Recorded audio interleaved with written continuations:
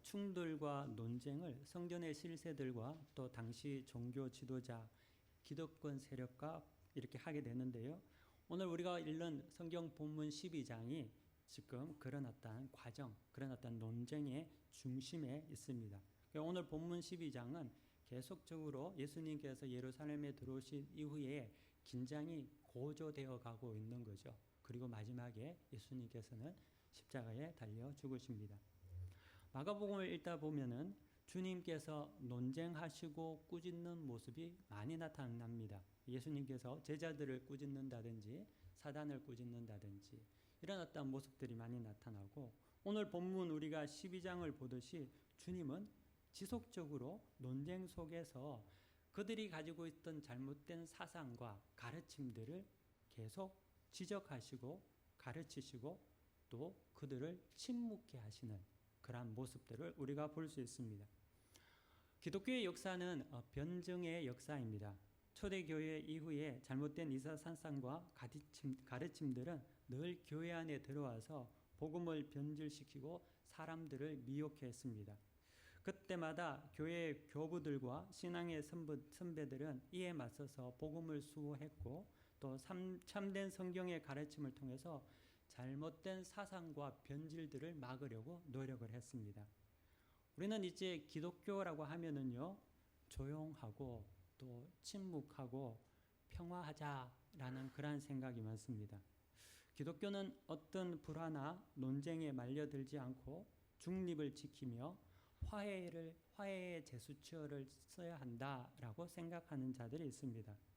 그들은 하나님의 뜻에 어긋난 불의한 일들을 보면서도, 또 교묘히 악이 득세하는 그러한 모습들을 보면서도 거짓 평화와 또 방관의 인내로 침묵하며 나서지 않는다는 거죠.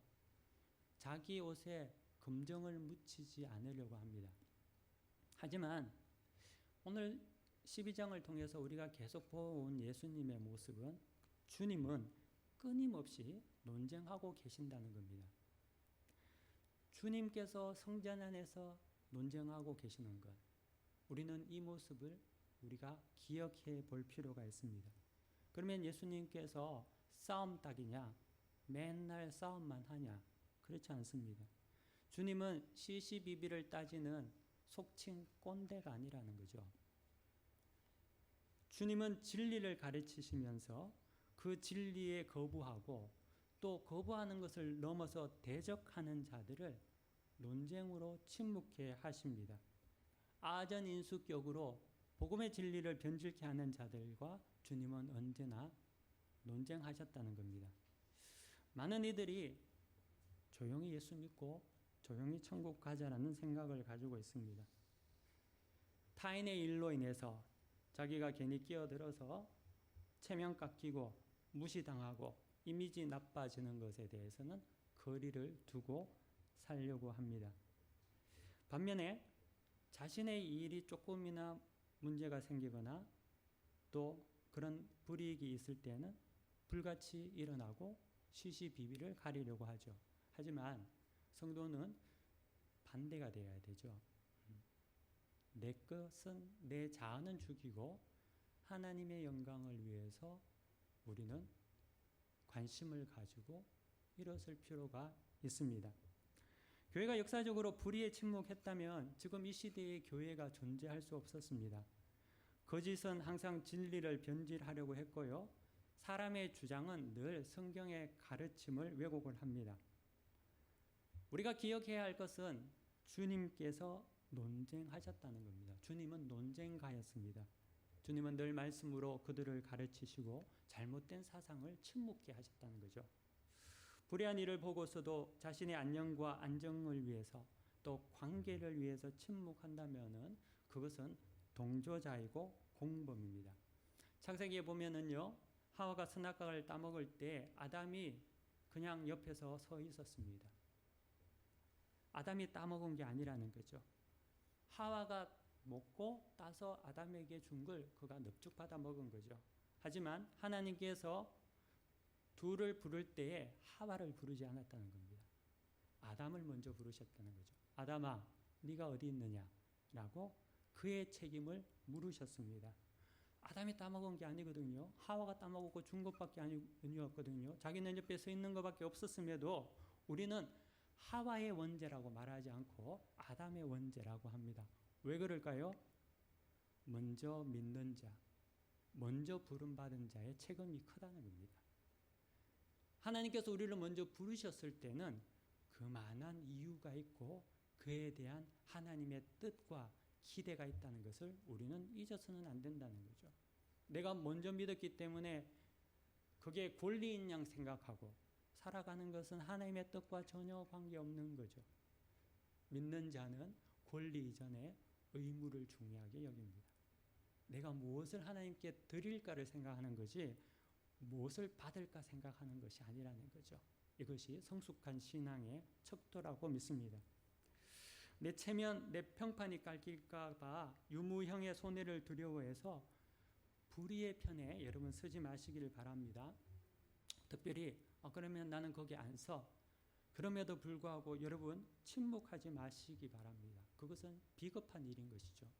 그런 태도는 교회를 무기력하게 만들고 영적인 분위기를 참담케 하고 신자를 조롱거리로 만듭니다.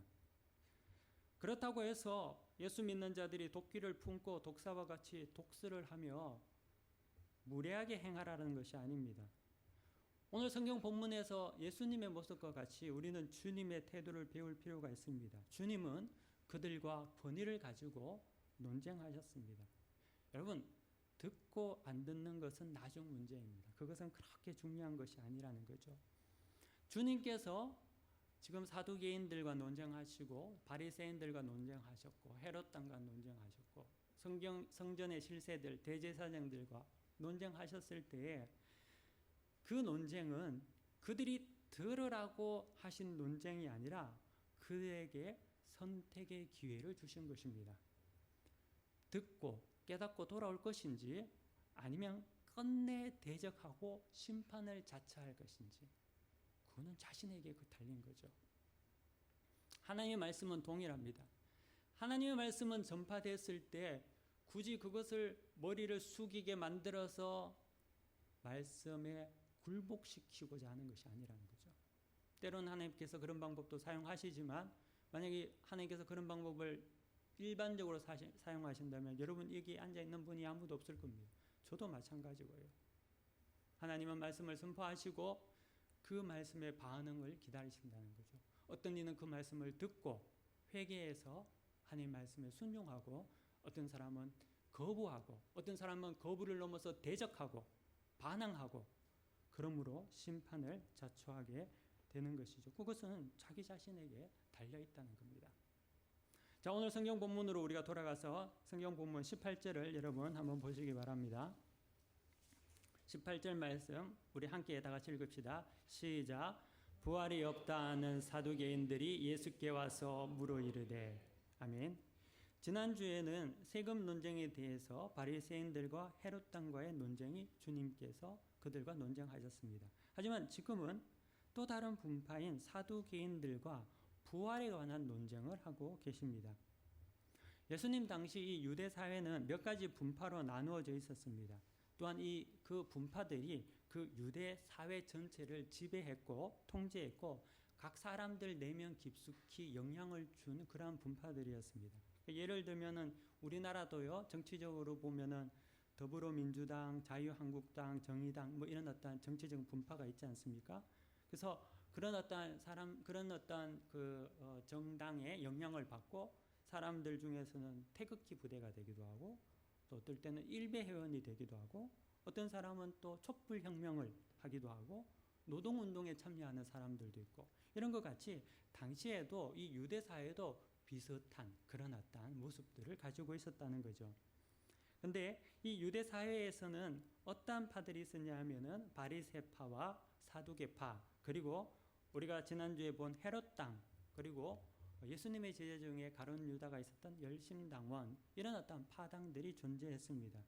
그래서 이런 어떤 분파 속에서 유대인들은 그곳에 속하기도 하고 또 동조하기도 하고 이런 어떤 자기의 정체성을 가지고 그들의 삶을 살아갔다는 거죠.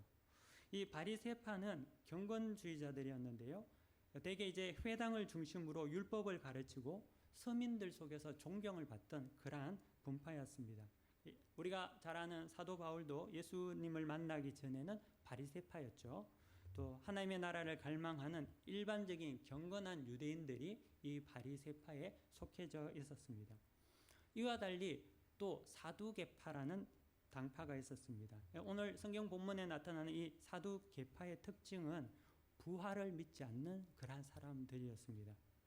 우리가 이제 부활을 믿지 않는다라고 하면은 언뜻 생각 들기에는 이 사람들 굉장히 자유주의겠다, 진보주의 성향을 가진 사람들이겠다라고 생각하는지 모릅니다. 하지만 이 사두개파들은 정반대의 성격을 가지고 있는 자들이었습니다. 그들은 철저하게 모세가 쓴 5권의 책, 토라, 모세 오경만 믿는 보수주의자들이었다는 거죠. 정통 보수주의자가 사두개파였습니다. 그래서 이 바리새인들은 오경도 믿고 시편도 읽고 또 시가서나 뭐 예언서 이런 것들을 다 받아들였지만 사두개인들은 전혀 그렇지 않았다는 거죠. 그러면은 굉장히 그들이 보수적이었으면은 철저하게 금욕적이고 또 내세를 지향하고 율법에만 헌신되어 있지 않을까라고 생각할지 모르는데 또 재미있는 것이 사두개파는 전혀 그렇지 않았다는 데 있습니다. 그들은 성전을 중심으로 한 종교 기득권 세력들이었습니다. 절대 기득권 세력들이 사두개파 사람들이었죠. 이 사두개파의 어떤 이 근원을 찾아 올라가 보면은요, 솔로몬 시대까지 올라가게 됩니다. 솔로몬 시대에 대제사장이 사독이라는 사람이 있었는데요. 그 사독의 후손들, 그 계열의 사람들이 나중에 사두개인이 되었다, 사두개파가 되었다는 것이 일반적인 신학자들의 견해입니다.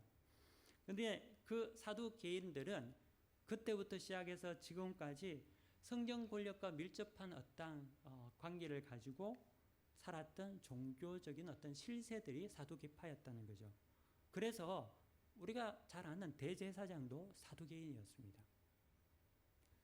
그들은 이제 종교의 어떤 기득권을 가지고 있었기 때문에 성전에서 나타나는 모든 이권에 자기들이 통제를 하고 있었는데요. 그래서 우리가 성전에서 예수님께서 그 장사하는 사람들의 어떤 상을 얻고 이렇게 하셨던 그런 모든 어떤 통제권 아니면 그 이권 이것을 사두개인들이 쥐락펴고 했다는 거죠. 그래서 이 사람들은 그걸 통해서 많은 이득을 누렸고 또 자신들의 가족과 친족들을 통해서 수입을 축적을 해서 이 돈을 가지고 갈릴리 지역에 있는 농경지를 사거나 포도원을 사서 그것을 운영을 했습니다. 그리고 돈을 많이 버는 거죠. 그리고 더 많은 수입을 창출하기 위해서 가난한 소작농들을 착취를 했습니다. 그래서 서민들의 생활은 굉장히 어려웠고 소위 말하는 지주 계층에 있는 그 사두개인들에 대해서 일반 서민들은 그렇게 좋아하지 않았습니다. 대신 이 바리새파들은 경건주의자들이었고 그들을 위로하는 사람들이었기 때문에 되게 많은 사람들은 바리새인들을 존경을 했죠. 하지만 사두개인은 좀 달랐다는 거죠. 교회를 일반 사람들이 거부하는 이유 중에 하나도 이 교회가 이런 사두개파와 같은 모습을 가지고 있기 때문에 그렇습니다. 종교 권력을 통해서 부를 축적하고 그 부를 통해서 재산을 증식하고 비대해집니다. 하지만 아이러니컬하게도 그들의 신앙이 철저하게 보수주의적이라는 거죠. 모든 종교적 기득권을 유지하면서도 부유한 삶을 누리고 그럼에도 불구하고 철저하게 예수 잘 믿는 사람들, 이들이 당시 사두개인이었다는 거죠. 어떻게 보면 우리도 한번 생각해 볼 필요가 있습니다. 예수는 정말 잘 믿는데 철저하게 현세에 이 땅에 목숨을 걸고 살아가는 자들, 사두개인이었다는 거죠. 예수님께서 지금 누구와 논쟁하고 계시냐면 그러한 사람들, 사두개인들과 논쟁하고 있다는 거죠. 자, 그러면 또 다른 한 분파였던 헤롯 당은 지난주에 이미 말씀을 드려서 알 수 있는 것 같이 그들은 헤롯 왕가에 속한 사람들이었습니다. 그들은 로마 통치 하에서 세속의 권력을 쥐고 이권을 누리며 살아가는 기회주의자들이라고 볼 수 있습니다. 마지막으로 또 그 당시에 어떤 한 부류가 있었는데요. 그들은 열심당원들이었는데요. 이들은 소위 민족주의자들이었습니다. 베드로도 요한도 야고보도 그러한 기질이 예수님을 만나기 전에 가지고 있었고요. 특별히 예수님의 12제자 중에 가룟 유다가 열심당원에 속한 사람이었습니다. 이 열심당원들은 로마의 지배체제를 거부하고 해방을 꿈꾸며 새로운 메시아의 나라를 고대하고 있는 그러한 사람들이었습니다. 그래서 이들은 이 민족주의 어떤 그러한 강한 의식을 가지고 있었기 때문에 테러 행위를 아주 서슴없이 자행하는 사람들이었습니다. 뭐 암살을 한다든지 납치를 한다든지 살인을 한다든지 이런 어떤 것을 통해서라도 유대 나라, 소위 말하는 메시아의 왕국이 도래해야 된다고 생각했던 자들이 여기에 열심당원이었다는 거죠. 우리가 예수님을 팔아 남긴 유다를 가롯 유다라고 하지 않습니까? 근데 이 가롯이란 말도 이스카리옷이라는 어원에서 나왔는데요. 이 이스카리옷은 유대 남부에 있는 가리옷에 있는 지방의 이름을 말합니다. 그래서 이스카리옷은 가리옷 사람이란 뜻입니다. 그래서 유다가 가리옷 사람일 수도 있고, 또 하나는 이스카리옷이라는 의미가 어떤 의미가 있냐면은 암살자, 단검 이런 의미를 가지고 있습니다. 그래서 이 헤롯 이 열심당원들은 누군가를 암살하고 소위 말하는 메시아의 새로운 신정 나라를 꿈꾸는 그러한 어떤 극단주의적인 민족주의자들이었다는 거죠. 그래서 이 열심당원이었던 가룟 유다도 예수님을 처음 만났을 때 어떤 생각을 했냐 하면은 그가 보기에는 이 예수가 장차 다가올 메시아 왕국의 왕이라고 메시아라고 생각을 한 거죠. 그래서 그는 예수님을 따라다녔습니다. 따라가 보니까 예수님이 5,000명을 물고기 2마리와 떡 5개로 먹이신단 말이죠. 또 귀신들이 예수님 말 한마디로 막 쫓겨나죠. 그리고 병든 자가 낫고 예수님의 말씀을 듣기 위해서 수많은 수만 명의 군중들이 몰려듭니다. 그래서 이 가룟 유다는 예수님이 로마의 정권을 전복시키고 새로운 세계를 만들 수 있는 메시아라고 확실하게 믿고 따라가는 거죠. 하지만 3년 동안 예수님을 따라다니면서 그는 어떤 생각을 하게 됐냐면 자기가 원했던 메시아가 아니었다는 겁니다. 예수님은 왕이 되지 않고 백마를 타지 않고 나귀를 타시고, 예수님은 자기의 십자가의 죽음에 대해서 이야기하시고 낮아짐과 섬김에 대해서 이야기하시는 거죠. 주님은 로마의 전복이 아닌 십자가의 죽음에 대해서 이야기하십니다. 결국에는 가룟 유다는 그 이야기를 듣고 자기의 왕이 아니라고 생각하고 예수를 배반하고 팔아 넘기게 됩니다. 그래서 예수님은 가룟 유다에 의해서 십자가에 달려 죽게 되는 거죠. 물론 그것이 하나님의 뜻 가운데 이루어진 일이지만 그러한 어떤 배경들이 있습니다. 당시 예수님은요, 어느 분파에도 속하지 못하는 그런 어떻게 보면 정처 없는 나그네, 또 왕따같이 느껴집니다. 그럴 것도 그런 게 예수님께서 속할 수 있는 그 유대 사회를 꽉 쥐고 있는 그 모든 유대 사회의 어떤 분파 속에 예수님이 들어갈 수 있는 분파는 하나도 없었다는 거죠. 바리새파도 갈 수 없었고 사두개파도 못 가고 헤롯 당도 못 가고 열심당에도 예수님이 낄 수 없었습니다. 아니, 예수님이 낄 수 없었는 것이 아니라 주님은 하나님의 편이셨기 때문에, 하나님이셨기 때문에 그들과 함께 할 수 없었습니다. 그들이 하나님 품으로 들어와야 했지 주님이 그들에게 갈 수 없었다는 거죠. 모두가 하나님의 편에 있지 않았습니다. 또한 그들은 예수님을 자기의 파에 데리고 오고 싶어 했습니다. 하지만 주님께서 그 모든 분파에 거부했기 때문에, 속하지 않았기 때문에 언제나 예수님은 외로웠고 홀로 계셨고, 동시에 그 모든 분파들의 공동의 적이 되어서 늘 주님은 핍박받고 그들과 논쟁하시게 되는 거죠. 여러분, 성경 마태복음 8장 20절 여러분 한번 찾아보실래요? 우리 성경 한번 찾아보겠습니다. 마태복음 8장 20절.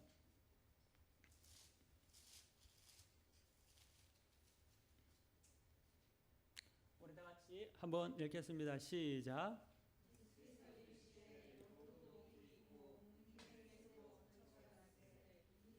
머리 둘 곳이 없다 하시더라. 아멘. 예. 예수께서 이르시되 여우도 굴이 있고 공중의 새도 거처가 있으되 인자는 머리 둘 곳이 없다 하시더라. 주님께서 이 말씀을 하신 그러한 어떤 의미가 여러분 좀 이해가 됩니까? 주님이 공생의 사역 가운데 어느 곳에 마음 둘 곳이 없는 그러한 삶을 사셨다는 거죠. 그래서 주님은 이 땅에 계실 때 외톨이였습니다. 자기 백성에게 왔지만 그 백성에게 버림받았고요. 포도원의 주인이었지만 살해당했습니다. 하지만 그 외로움과 내어버림이 실패가 아니라 궁극적인 승리였습니다. 우리 죄를 위해서는 사실 그 고난의 길, 가시밭길을 가야 했기 때문에 그렇습니다. 이것이 신앙의 역설이라는 거죠. 외로움과 고난 속에 승리가 있습니다. 이게 신앙의 역설이고 우리가 가는 길입니다. 이곳에 있는 분들 중에 주님의 길을 따르다가 외롭고 나는 늘 아웃사이더 같아 라고 느끼시는 분이 계시다면 여러분이 바른 길을 가고 있는 겁니다. 그것이 맞습니다. 여러분 두려워하지 마시기를 바랍니다. 만약에 여러분이 신앙을 그 자체만으로 행복이라고 생각한다면 그것은 마귀가 주는 생각입니다. 주님이 모든 이들에게 버림을 받은 것 같이 세상을 살아가는 성도의 삶도 하나님의 뜻을 따라 살아가다 보면 인기가 없습니다. 무시당하게 되고요. 손해보는 것은 당연하고요. 어떨 때는 호구 취급을 당하게 됩니다. 어쩌면 죽어야지 끝나게 되는 길을 거둘 수 있다는 거죠.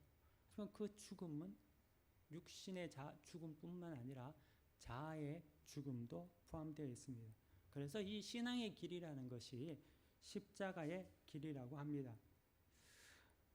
여러분 중에 교회 나오는 것을 행복을 위한 인생의 얄팍한 기쁨만을 얻고자 온다면 정말 깊은 하나님의 은혜를 체험할 수 없습니다. 그렇다고 해서 신앙의 길이 늘 우울한 것만이 아닙니다. 우울한 것은 아니지만 참된 기쁨은 반드시 광야를 거쳐서 있습니다. 참된 기쁨은 하나님께서 예비하신 광야를 거쳐서 있다는 거죠. 또 늘 우울하기만 한 신앙, 이것도 어떻게 보면 좀 영적으로 병든 거죠. 광야를 거친 자만이 주님을 만나고 은혜가 무엇인 줄 알고요. 기쁨을 가질 수 있답니다. 하지만 만약에 광야를 원치 않으면 그때부터 모두가 가볍고 얇은 신앙생활을 하게 됩니다. 그래서 하나님께서 부어주시는 은혜를 누리지 못합니다. 자기가 한 것을 그냥 먹는 겁니다. 전도라는 것은요, 이삭 죽기와 같습니다. 전도는 하나님이 예비하신 자를 줍는 것이지 전도라는 것은 애를 써서 뭔가를 하는 것이 아닙니다.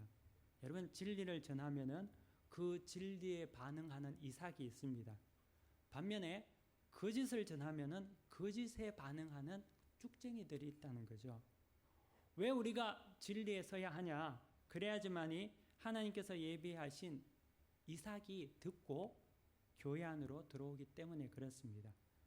다른 것을 전하면 예를 들면 행복, 축복, 회복 계속 그런 것만 전하면은 그것을 밝히는 쭉쟁이들만 들어오게 되어 있습니다.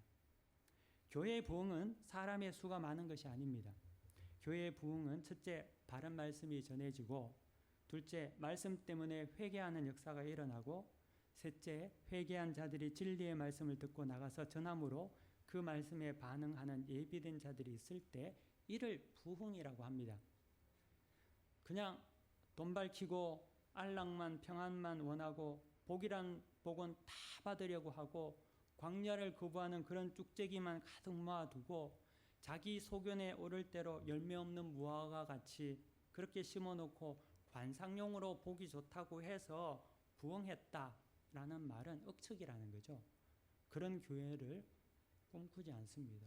또 우리도 그런 교회를 이 땅에 세울 이유는 없죠. 오늘 성경 본문 다시 여러분 19절 보시길 바랍니다. 제가 읽어보도록 하겠습니다. 12장 19절 말씀. 선생님이여 모세가 우리에게 써주기를 어떤 사람이 형이 자식이 없이 아내를 두고 죽으면 그 동생이 그 아내를 취하여 형을 위하여 상속자를 세울지니라 하였나이다. 사두개인들은 모세오경만 믿는 자라고 제가 말씀드렸습니다. 그래서 그들에게 모든 기준은 하나님이 아니라 모세가 기준이었다는 거죠. 다시 말하면은 목사가 말을 전했는데요, 말씀을 전거했는데 그 말씀의 주체이신 하나님이 기준이 되는 게 아니라 사람 목사가 기준이 되고 말았습니다. 그래서 그들은 질문 자체도 모세 오경인 신명기 25장의 내용을 근거로 해서 질문을 하고 있습니다. 왜냐하면 그들은 모세 오경을 믿고 모세가 최고의 지도자고 그들의 말에 따라서 움직이는 자들이기 때문에 신명기 모세 오경 중에 마지막 5번째 신명기를 근거를 들어서 질문을 하고 있는데요. 자, 성경을 여러분 다 찾아보시기 바랍니다. 신명기 25장 5절 6절 찾아보도록 하겠습니다. 구약 성경 신명기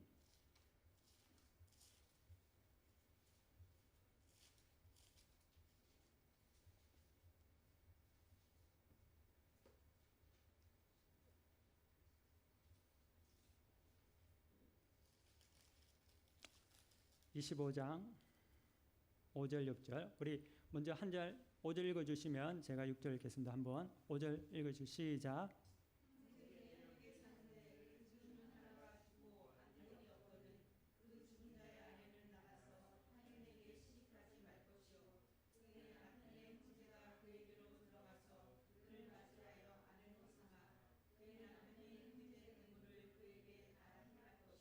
그 여인이 낳은 첫 아들이 그 죽은 형제의 이름을 잊게 하여 그 이름이 이스라엘 중에서 끊어지지 않게 할 것이니라. 아멘.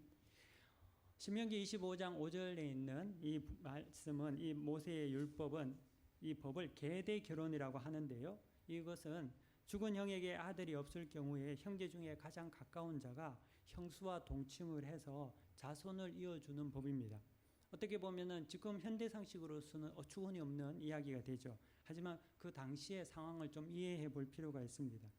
이 당시의 사회는요, 후사를 이어줌으로 말미암아 이 형제의 이름과 기업을 가문과 지파 내에서 보존해 주려는 그런 어떤 목적을 가지고 이 계대 결혼이라는 법이 사용되었습니다. 또 이 제도는요, 만약에 남편이 죽은 아내가 자기 지파 내가 아닌 다른 지파로 결혼을 하거나 재혼을 한다든지 이방인과 결혼을 하게 될 경우에는 그 여가 가지고 있던 재산들이 다른 지파로 이동되는 것을 막기 위해서 이방인들에게 가는 것을 막게 하기 위해서 만들어진 또 하나의 목적을 가지고 있죠.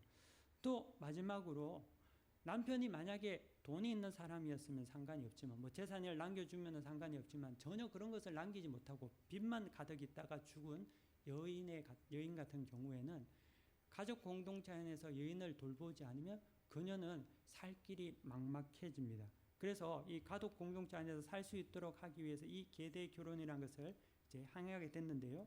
이 당시 어떤 사회에서는 여인들이 지금같이 일을 해서 수입을 할 수 있는 그런 어떤 사회가 아니었기 때문에 과부가 할 수 있는 일들이 많지가 않았고 먹고 살기 위해서는 할 수 있는 것이 나중에는 극단적으로 갈 때는 매춘 행위밖에 없었다는 거죠. 창기가 되는 것밖에 없었다는 겁니다. 그래서 이런 어떤 위험 요소들을 방지하기 위해서 이 계대 결혼을 그 법을 모세의 법을 통해서 이제 사용한 거죠. 근데 이 사두개인들이 이 모세가 정한 법을 극단적으로 이용을 해서 예수님께 질문을 하고 있습니다. 어떻게 보면 이 현실적으로는 거의 불가능한 질문이죠. 근데 이것을 마치 일어난 일과 같이 질문을 하는 데 있습니다. 성경 다시 본문으로 들어오셔서요. 우리 12장 20절부터 여러분들 23절까지 우리 한 절씩 읽겠습니다. 자, 제가 먼저 21절 읽고요. 22절 여러분 읽고 23절은 같이 읽겠습니다. 20절부터 제가 20절 한 절씩 돌아가면서 읽겠습니다. 칠형제가 있었는데 마지가 아내를 취하였다가 상속자가 없이 죽고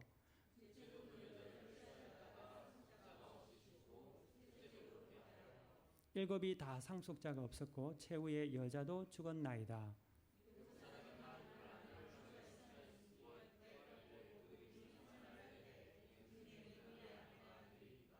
아멘. 지금 이 질문 자체가 어떻게 보면은 사실 좀 황당한 질문이죠. 7 형제가 있는데 큰 형이 아내를 취했는데 죽고 그 형수를 또 둘째, 셋째, 마지막 7째까지 했는데 아무도 후사를 얻지 못하고 다 죽고 부인도 죽었다는 그런 어떤 가정을 통해서 지금 예수님께 질문을 하고 있습니다. 근데 결론적으로는 누구의 아내가 될 것인가? 부활했을 때 그러면 누구의 아내가 돼야 됩니까? 라고 주님께 묻습니다. 근데 여기서 우리가 이제 살펴봐야 할 그들의 의도를 좀 이렇게 생각해 볼 필요가 있습니다. 먼저 지금 질문을 한 사람이 누구냐가 중요합니다. 질문한 사람은 사두개인들이죠. 근데 이 사두개인들은 현세주의자들이고 부활을 믿지 않는 사람들입니다. 그들은 이 땅의 삶의 모든 정력과 에너지를 쏟고 살아가는 성전 기득권의 사람들입니다. 부를 이 땅에서 최대한 누리려고 하는 자들입니다. 그렇기 때문에 그들의 질문도 당연하게 부활이 없어야 되고 이 땅에 맞춰져 있다는 거죠. 부활을 믿지 않는 자들에게는 이 땅에서 누릴 수 있는 상속이라는 것이 굉장히 중요하죠. 그러므로 그 여인은 이 땅에서 상속할 수 있는 상속자를 만들기 위해서 6명의 동생들과 동침을 해야 합니다. 이것은 영생을 사모하는 자들은 아니죠. 그들은 영생을 갈망하는 자들이 아니라 이 땅에서 영원토록 누리며 살기를 원하는 자들입니다. 이 땅에서 좋은 환경에서 권세를 누리며 사는데 굳이 죽어서 부활할 이유가 없는 자들입니다. 그래서 부활을 믿지 않습니다. 이 땅에 코를 박고 철저하게 이 땅의 안락만을 위해서 살아가려고 한다면 우리도 사두개인과 다를 바가 없다는 거죠. 또한 이 질문은 주님의 말씀에 대한 대적이며 미끼입니다. 요한복음에 보면은요, 예수님께서 베다니, 예루살렘 근처에 있는 베다니에 와서 하신 놀라운 사건이 있습니다. 그것은 뭐냐면은 베다니에서 죽은 나사로를 살리신 사건입니다. 이 사건을 계기로 해서 베다니뿐만 아니라 예루살렘 전체가 큰 동요가 일어났습니다.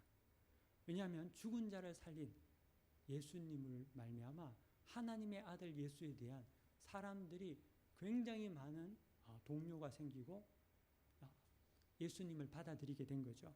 그때 이 요한은 그의 복음서에서 이 제사장 가야바가 어떤 이야기를 했는지 기록해 놓고 있는데요. 그것은 대제사장 가야바가 그때 한 사람이 백성을 위해서 죽어서 온 민족이 망하지 않게 하는 것이 필요하다라는 그런 말을 하죠.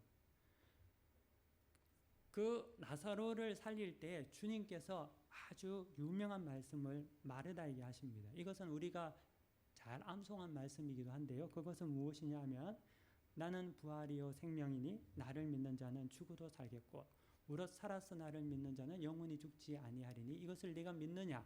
라고 주님께서 말씀하셨습니다. 주님께서 나는 부활이요 생명이다 라고 말씀하셨죠. 사두개인들이 이 주님의 말씀 그것을 기억하고 있었죠. 나는 부활이요 생명이다 라는 것을 기억하고 나를 믿는 자는 죽어도 살겠고 죽어서 나를 믿는 자는 영원히 죽지 아니하라는 말씀을 꼬투리를 잡은 겁니다. 이런 억측과 같은 질문을 통해서 부활이 만약에 있다면 이 여인은 어떻게 할 건데 만약에 부활이 있으면 이 여인은 어떻게 합니까? 라고 묻고 있는 거죠. 주님의 말씀을 대적하기 위해서 성경의 근거인 모세오경을 이용하고 있다는 거죠. 우리도 그럴 수 있거든요. 하나님의 말씀을 대적하기 위해서 성경을 갖다 댄다는 거죠. 언제 술 먹지 말라고 해서 술 취하지 말라고 했지. 그렇게 이야기한다니까요. 하나님의 말씀을 자기의 소견을 통해서 재해석을 해서 거룩한 주의 말씀을 거부한다는 거예요. 나는 부활이요 생명이요. 그거를 받아들이지 않는다는 겁니다. 만약에 주님께서 자기 자신이 부활에 대해서 분명히 말씀하셨는데 이 율법과 상충된 질문에 대해서 답을 못하면 주님은 그들의 업무에 빠지게 되는 거죠. 그런데 주님의 대답을 여러분 한번 보시기 바랍니다. 24절부터 여러분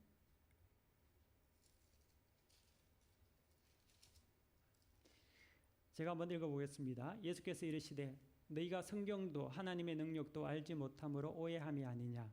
사람이 죽은 자 가운데서 살아날 때에는 장가도 아니가고 시집도 아니가고 하늘에 있는 천사와 천사들과 같으니라.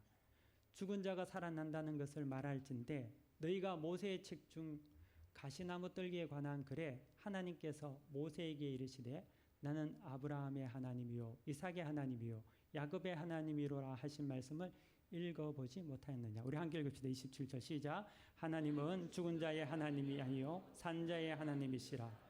너희가 크게 오해하였도다 하시니라. 아멘. 예수님께서는 먼저 그들이 지극히 현세적인 자들임을 다시 꼬집고 있습니다. 마치 부활 이후의 내세를 이 현세와 동일하게 장가가고 시집가고 먹고 사고 팔고 등 그런 어떤 물질적으로 이해하는 것을 꾸짖고 계시다는 거죠. 또 사두개인들은 철저하게 현세적인 자들이기 때문에 그들은 자신들의 생각을 통해서 3차원적인 생각을 통해서 영원한 세계를 이해하고 있지 못한다는 것에 있습니다. 부활의 진비를 이해할 수 없었다는 거죠. 주님은 또 동시에 그들이 그토록 믿고 있는 모세오경, 토라, 그 모세오경의 저자인 모세를 부각시키면서 말하고 있습니다. 주님을 시험하기 위해서 신명기 25장의 말씀을 근거로 그들이 시험을 했는데 주님은 그러자 그들이 철저하게 믿는 모세라는 인물을 통해서 그들의 잘못된 것을 지적하고 있다는 거죠. 그러면서 모세오경의 두 번째 책인 출애굽기에 모세가 하나님을 만났을 때의 사건을 그들에게 다시금 생각나게 합니다. 모세가 호렙산에서 하나님을 만났을 때 하나님께서 모세에게 그 신명기를 쓴 모세에게 자기 자신을 어떻게 증거하셨는지를 말씀해 준다는 거죠. 하나님은 그때 나는 아브라함의 하나님이요 이삭의 하나님이요 야곱의 하나님이다. 모세 당시에 아브라함은 죽었고 이삭도 죽었고 야곱도 죽었습니다. 죽은 지 400년 더 많은 세월이 지난 그런 죽은 자들이었습니다. 하지만 하나님은 아브라함과 이삭과 야곱을 지금 살아있는 사람과 같이 이야기하고 있다는 거죠. 아브라함과 이삭과 야곱, 하나님은 죽은 자의 하나님이 아니요 산 자의 하나님, 지금 살아있다. 모세와 함께 하나님과 함께 있는 자가 그들이다 라고 말씀을 하십니다. 그들은 육신이 이 땅에 사라졌는지 모르지만 그 여전히 하나님과 함께 살아있습니다. 예수께서는 이 모세를 통해서 부활을 믿지 않는 그들, 그리고 부활이 마치 현세와 같이 먹고 마시고 장가가고 시집가는 것 같이 지극히 현세적인 사상으로 사로잡혀 있는 그들의 무지를 폭로하고 가르치고 계신다는 거죠. 오늘 성경 본문을 통해서 우리 한번 생각해 볼 것은 우리는 사두개인 같지는 않는지, 현세의 코를 받고 이 땅의 모든 것을 얻기 위해서 살아가는 자들은 아닌지, 교묘한 말과 억측으로 사람의 입에 목을 기다리며 업무와 해코지를 하려는 우리의 쓴뿌리들이 우리 속에 있지는 않은지, 또 부활에 대해서도 온전한 믿음이 없이 단지 허황된 생각과 소견으로 무감각하게 이 땅에 안주하며 살아가는지 아닌지를 우리가 한번 다시금 우리 자신을 돌이켜보며 이 땅에 하나님께서 오늘 우리에게 주신 말씀은 여러분들이 곰곰이 다시금 곱씹고 뜻을 다시금 새길 수 있는 여러분들이 다 되시기를 간절히 축원합니다. 기도하겠습니다. 거룩하신 하나님 감사합니다. 오늘 우리에게 주신 하나님의 말씀을 우리가 다시금 마음에 새기게 하여 주옵시고, 성령께서 각 심령에게 주신 그 말씀을 붙들고 우리는 사두개인 같이 되지 말게 하여 주옵시고, 하나님의 뜻을 따라서 예수님과 늘 동행하는 순종하는 우리가 되게 기름 부어 주옵소서. 모든 것을 주께 의탁하며 살아계신 우리 주 예수 그리스도의 이름으로 기도 올려드립니다. 아멘.